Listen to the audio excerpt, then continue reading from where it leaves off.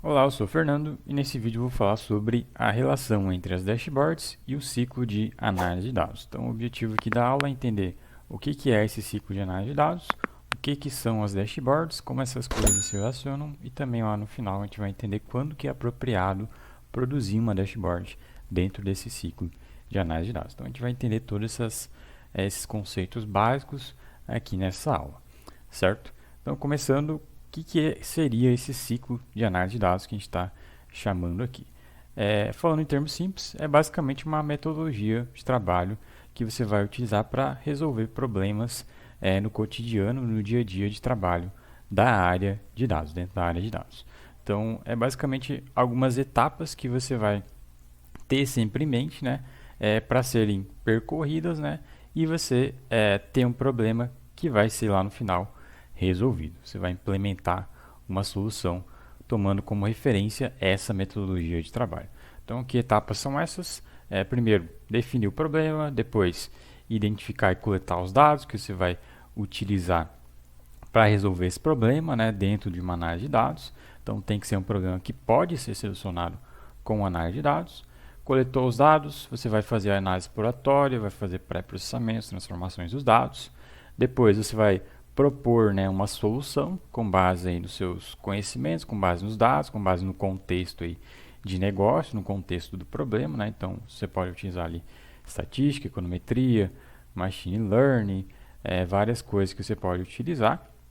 E depois que você propôs a solução para o problema, você vai validar se esse problema foi resolvido com a proposta colocada aí na mesa, certo? Uma vez que o problema foi resolvido, né, e é isso daqui é um ciclo justamente porque não é linear, então você pode ir e voltar de uma etapa a outra, né? Às vezes você vai tentar validar uma solução, mas acaba tendo que fazer ajustes, tendo que coletar mais dados, fazer novas análises, né? Então por isso que é um ciclo. Mas uma vez que você validou o problema, você vai lá na etapa final, na sexta etapa, implementar a solução. Então você pode fazer o deploy de um modelo de previsão, você pode fazer a publicação aí de uma dashboard, e tem várias possibilidades, né, dentro dessa etapa de implantação, né, que vai servir aí, basicamente como um ponto de tomada de decisão. Certo? Então, para não ficar muito abstrato, vamos para um exemplo aqui um pouco mais concreto. Imagine lá que você é um analista de dados, um cientista de dados da empresa Netflix, que eu acho que a maioria das pessoas conhece, é um serviço de streaming de mídia, né? Então vai ter lá filmes, séries e tudo mais. E você vai fazer, né, justamente a identificação dentro dessa área de dados da Netflix, né, a identificação de um problema ali que precisa ser solucionado com análise de dados, certo? Então imagina ali que a Netflix ali percebeu que o engajamento dos usuários esteja caindo, né, com o decorrer do tempo. Então esse é o problema aí, vamos colocar como exemplo, a ser solucionado. Aí você vai fazer a coleta dos dados, então você pode utilizar ali a base de dados que a Netflix tem lá internamente, provavelmente é um banco de dados, né, SQL.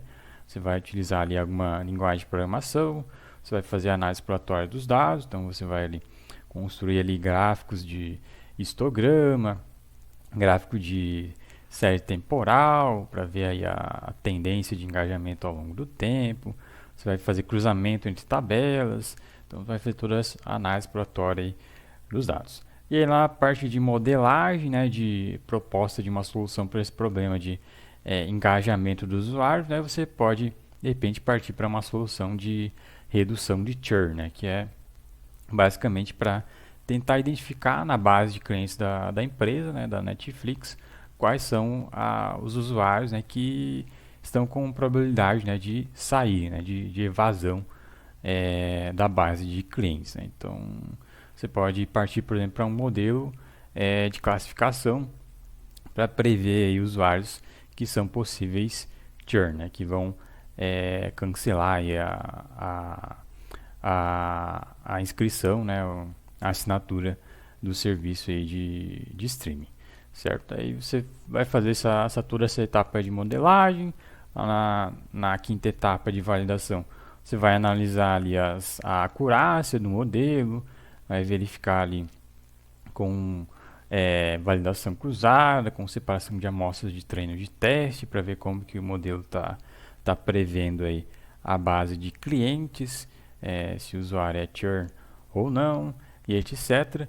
E uma vez que você tem tudo isso bonitinho, tudo definidinho, lá no final você vai fazer o deploy desse modelo, né?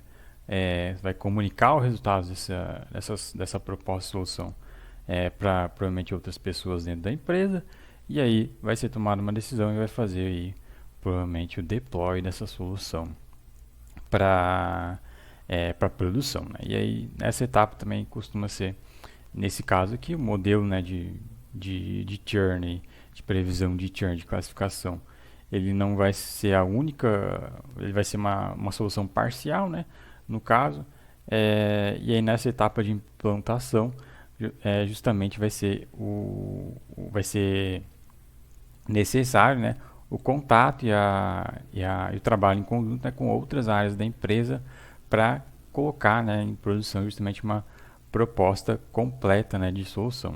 Então, o seu trabalho de cientista, analista de dados, vai ser identificar o cliente que é possível, né, que vai possivelmente cancelar aí a assinatura. Uma vez que esse usuário for identificado, o que a empresa vai fazer?